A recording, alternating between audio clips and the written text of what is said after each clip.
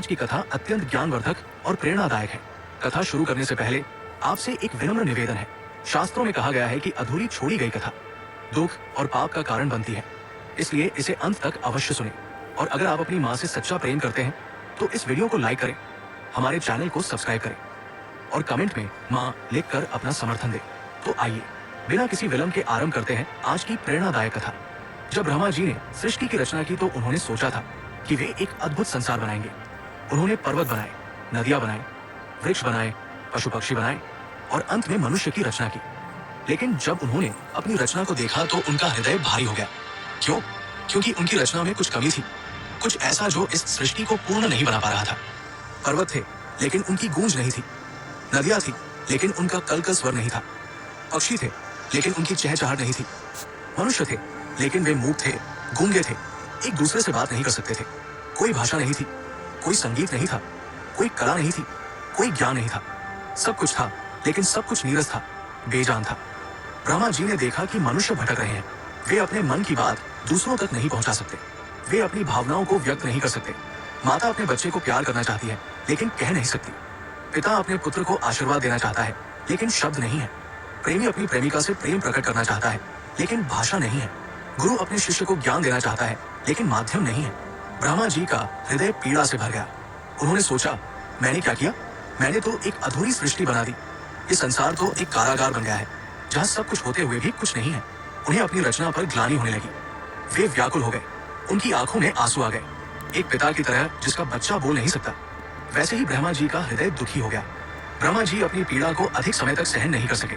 उन्होंने निर्णय लिया कि वे भगवान विष्णु के पास जाएंगे और उनसे इस समस्या का समाधान मांगेंगे। ब्रह्मा जी शिव सागर की ओर चल पड़े, जहाँ भगवान विष्णु शेषनाग की शैया पर विराजमान थे और माता लक्ष्मी उनके चरणों की सेवा कर रही थी। जब ब्रह्मा जी वहां पहुंचे तो उनका चेहरा उतरा हुआ था, उनकी आंखें नम थी। भगवान विष्णु ने तुरंत समझ लिया कि कुछ गंभीर समस्या है।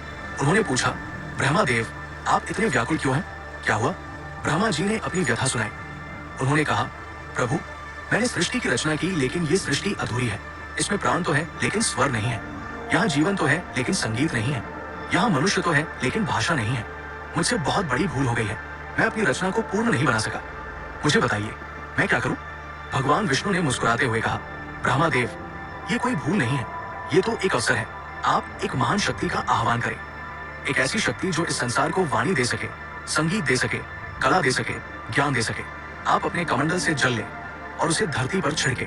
उस जल से एक देवी का आविर्भाव होगा जो आपकी इस समस्या का समाधान करेंगी। ब्रह्मा जी को आशा की किरण दिखाई दी। उन्होंने कहा, लेकिन प्रभु, ये देवी कौन होंगी? उनका नाम क्या होगा? भगवान विष्णु ने कहा, वे वाग देवी होंगी, वाणी की अधिष्ठात्री देवी। वे ज्ञान की देवी होंगी, कला की देवी होंगी, संगीत की देवी होंगी। उनके हाथों में वीणा होगी जो संगीत देगी। उनके मुख से शब्द निकलेंगे जो भाषा देंगे। उनकी कृपा से ज्ञान का प्रकाश फैलेगा। उन्हें सरस्वती कहा जाएगा क्योंकि वे सरस अर्थात रसमय होंगी और वती अर्थात धारण करने वाली होंगी। ब्रह्मा जी ने भगवान विष्णु के निर्देशानुसार अपने कमंडल से जल लिया, लेकिन वे सोच में पड़ गए कि इस जल को कहाँ छिड़के। कौन सा स्थान इतना पवित्र होगा जहाँ ज्ञान की देवी का अवतरण हो सके? कौन सा समय इतना शुभ होगा? तभी उन्होंने देखा कि प्रकृति में एक परिवर्तन आ रहा है। सर्दी की कड़ाके की ठंड धीरे धीरे कम हो रही थी। पेड़ों पर नए पत्ते आने लगे थे, फूल खिलने लगे थे, हवा में एक मधुर सुगंध फैल रही थी। सारा वातावरण प्रसन्न लग रहा था।